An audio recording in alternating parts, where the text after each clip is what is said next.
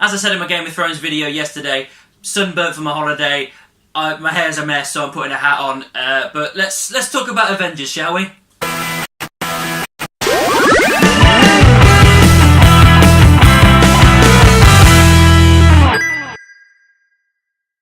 Hi guys, welcome to Beard's Eye View, and this video is going to be all about Easter eggs, callbacks and references for Avengers Endgame. Obviously before we begin, there will be spoilers through this video. I'm going into proper details and little bits and bobs of Avengers Endgame, so make sure you've checked out that film first. Make sure you give me a thumbs up, comment down below, and also subscribe, and make sure you ring that bell so you can be notified whenever I do a video. Keep a lookout at the end of this video so you can find out where you can get 15% off some awesome clothing. Just a quick one as well, this isn't Endgame related, but it is Avengers related. Pop onto Google if you haven't done this or found it out already, type in Thanos and you'll see a little infinity gun in the right hand side. Click it and some of the stuff fades away down to 50%, and then you'll go to the top and it will drop it down to 50% of what it was before with the search engine. It's just a little bit of fun, it's cool. The Captain America vs Captain America thing, that was a good knockback to a comic because at one point there was Cap v Cap. I really like that scene and I'm glad they did that. 1970s stuff, when Stark and Cap are back in the 1970s. The Nuff Said bumper sticker, I think I mentioned it in my review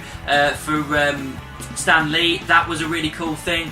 Another thing as well is Jarvis, the original Jarvis Butler that was in Agent Carter and he's now in this. That was a nice little nod as well, because obviously Jarvis in the comics was originally an actual butler. And then finally, my favourite one from this bit was the original Ant-Man helmet. When you see Hank Pym in his laboratory and it's there sitting on his lab table, and that just a lovely little knockback to the original look of Ant-Man. Joe Russo as well, he did a cameo in the meeting with Cap when he's sitting there talking about people getting over stuff.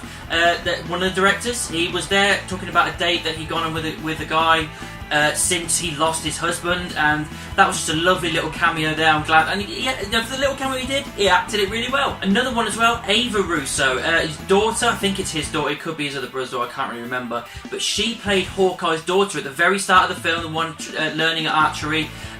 So yeah, that's a really cool little thing to add that in. New Asgard, it's actually made a crop up a couple of times in the MCU. It's the Norwegian town of Tunsberg, I think it is. The first time we know about it is when it was Odin versus the Frost Giants in the first Thor. It happened there.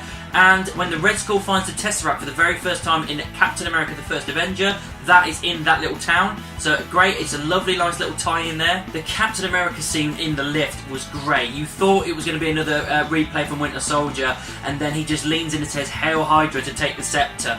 I love that scene because it's a nice little callback to that Winter Soldier moment. It's in a great fight, and it's also a nice nod to the comics that we had a few years ago, the very controversial comic of when he was a Hydra sleeper agent and said, "Hail Hydra." So again, that was just really good writing there. Some people might notice as well that Rocket got a new costume in Endgame, and it's basically his original costume from the comics, with the button over and the scarf and whatnot. So again, I like it when they go for that, because I liked his costume in Guardians anyway, but I'm really glad they've gone with his classic outfit, and it's just cool. As you notice, Captain Marvel had a new hairdo in this, the shorter one, and that is the classic look that she has in the comics. Again, a good nod to the comics, and I'm glad they went for that. Although we didn't get that scene in the Infinity War comics of Cap standing up to Thanos and talking to him and everything, we did get something, close enough where they are standing off with Thanos on one side and Cap on the other, just that massive wide shot. I would have said that would have been a nice little knock or a nice little nod to that moment. If anybody noticed Korg and Meek as well, they're playing Fortnite.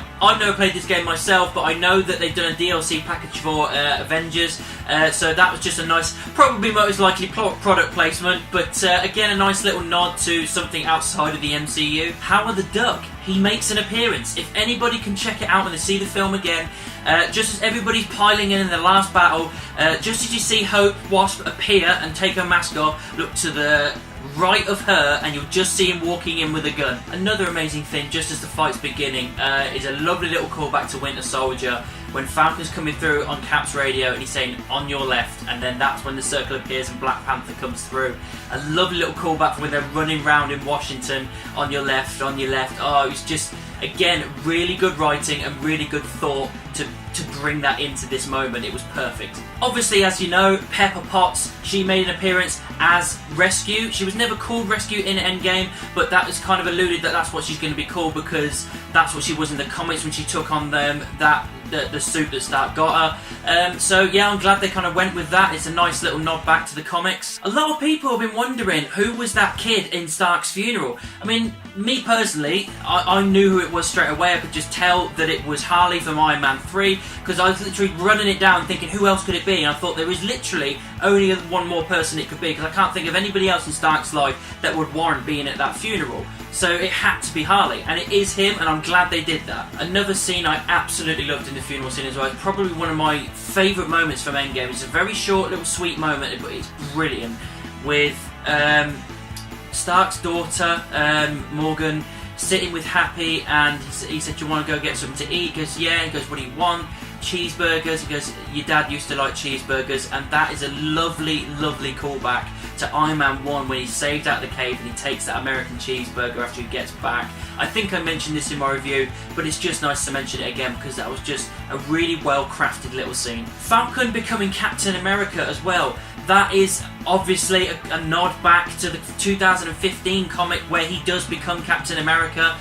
So going forward, I'm totally fine with Falcon being Captain America. I know they're doing a Bucky and Falcon TV thing on Disney Plus. I don't know how that's going to go down. They're just going to keep it calling Bucky and Falcon, or is it going to be Bucky and Captain America? I don't know how they're going to go with it, but I'm still looking forward to seeing what they can do with that. Guys, I wasn't able to get absolutely everything crammed into my spoiler-free and spoiler-filled reviews, which is why I decided to do this video.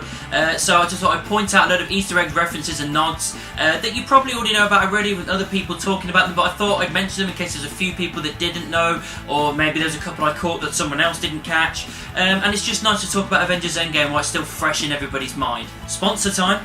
This video is sponsored by The Glory Collective. Apparel, accessories and prints. Use promo code GLORYBEARD15 to get 15% off all purchases. The Glory Collective. For the Seekers. So that's all my Easter eggs, references and nods for Avengers Endgame. Did you see any that I didn't notice? Let me know down in the comments. Make sure you subscribe and ring the bell. And if you want any social media of mine, all the links are in the description. And I'll see you soon.